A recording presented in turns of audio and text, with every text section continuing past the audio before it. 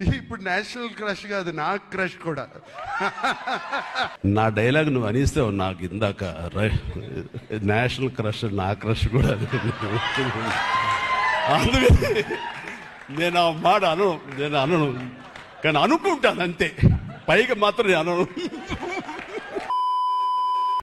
రష్మిక, మన అల్లు అర్జున్ వీళ్ళిద్దరు పుష్పతోటి ఒక రేంజ్లో, పుష్ప 1, పుష్ప 2 2 ఫీలింగ్స్ తోటి ఒక రేంజ్లో ఫీలింగ్స్ ఇచ్చేసారు జనాలకి.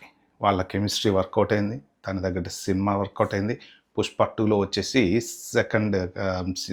సెకండ్ హాఫ్లో దాదాపుగా రష్మిక ఎర్రగా తీసింది యాక్టింగ్. ఎందుకంటే పుష్ప 1లో అంత పెద్ద అంటే ఓన్లీ హీరోయిన్ టైప్, పుష్ప 2కి వచ్చేటప్పటికి రెస్పాన్సిబిలిటీ ఉన్నటువంటి వైఫ్ క్యారెక్టర్ కాబట్టి యాక్టింగ్ ఖతర్నాక్ చేసింది. సో నేషనల్ క్రష్ రష్మిక మళ్ళీ అల్లు అర్జున్ తోటి సినిమా చేయబోతుందా? ఎస్ అని ప్రస్తుతానికి సోషల్ మీడియాలో ఉన్నటువంటి న్యూస్. మరి ఇప్పుడు ఏం సినిమా వస్తుంది అంటే, రాక సినిమాలో ఈ హీరోయిన్లతో పాటు రష్మిక కూడా సో తొందరలో జాయిన్ అవ్వబోతుంది అనేటువంటి వార్తలు ఇప్పటివరకు గుప్పమంటున్నాయి అనమాట. మొత్తానికి ఇది అఫీషియల్గా ఎవ్వరు అయితే వాళ్ళు చిత్రానికి సంబంధించిన యూనిట్ ఎక్కడ కన్ఫర్మ్ అయితే చేయలేదు. కానీ జనరల్ ఏంటంటే లీకులు వస్తూ ఉంటాయి కదా, ఆ లీకుల ద్వారా వచ్చినటువంటి న్యూస్లో అర్థమైంది ఏంటంటే ఒక 2-3 వీక్స్ తర్వాత అనుకుంటా ముంబైలో ఒక షూట్ అనేది స్టార్ట్ అవబోతుంది. ఆ షూట్లో మన అల్లు అర్జున్తో పాటు రష్మిక జాయిన్ అవబోతుంది. సో రష్మిక మరి ఏం క్యారెక్టర్ చేయబోతుంది అంటే, మోస్ట్ ప్రాబబ్లీ నెగిటివ్ క్యారెక్టర్ చేయబోతుంది అన్నట్టు అంటున్నారు.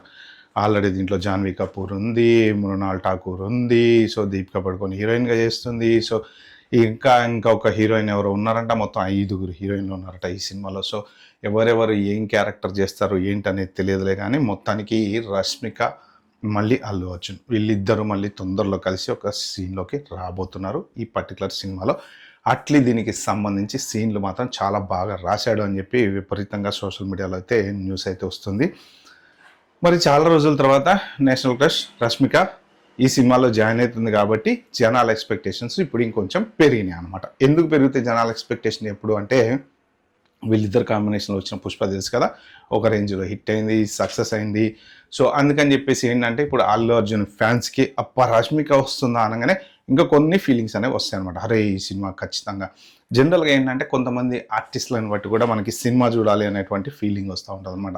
దాంట్లో one of the best artist Rashmika. ఎందుకంటే ఈ మధ్యన చాలా మంచి మంచి సినిమాలు ఎంచుకోవటము, అంటే పవర్ఫుల్ క్యారెక్టర్స్ చేయడం, జనరల్గా ఒక హీరోయిన్ లాగా చేయడం అనేది పక్కన పెడితే కొంత పవర్ఫుల్ క్యారెక్టర్స్ చేయడం అనేది రష్మిక చేస్తుంది అనమాట. అంటే కొద్దిగా హార్డ్గా ఉండేటువంటి క్యారెక్టర్స్ కానీ, ఇప్పుడు ఓన్లీ జస్ట్ సింపుల్గా హీరోయిన్ లాగా ఉండడం. ఒకప్పుడు ప్రేమ కథలు వచ్చాయి, ప్రేమ కథలు ఏంటంటే హీరోయిన్ లాగా ఉండడము, తర్వాత దాని దగ్గర ఎక్స్ప్రెషన్లు ఇవ్వడము, అవి కూడా మంచి క్యారెక్టర్సే. బట్ ఏంటంటే డెప్త్ ఎక్కువ ఉండదు అలాంటి వాటిల్లో. ఇప్పుడు ఇలాంటి క్యారెక్టర్స్లో ఏంటంటే, ఇప్పుడు మీరు పుష్ప 2 తీసుకోండి, రష్మిక క్యారెక్టర్లో ఎంత డెప్త్ ఉంటుంది.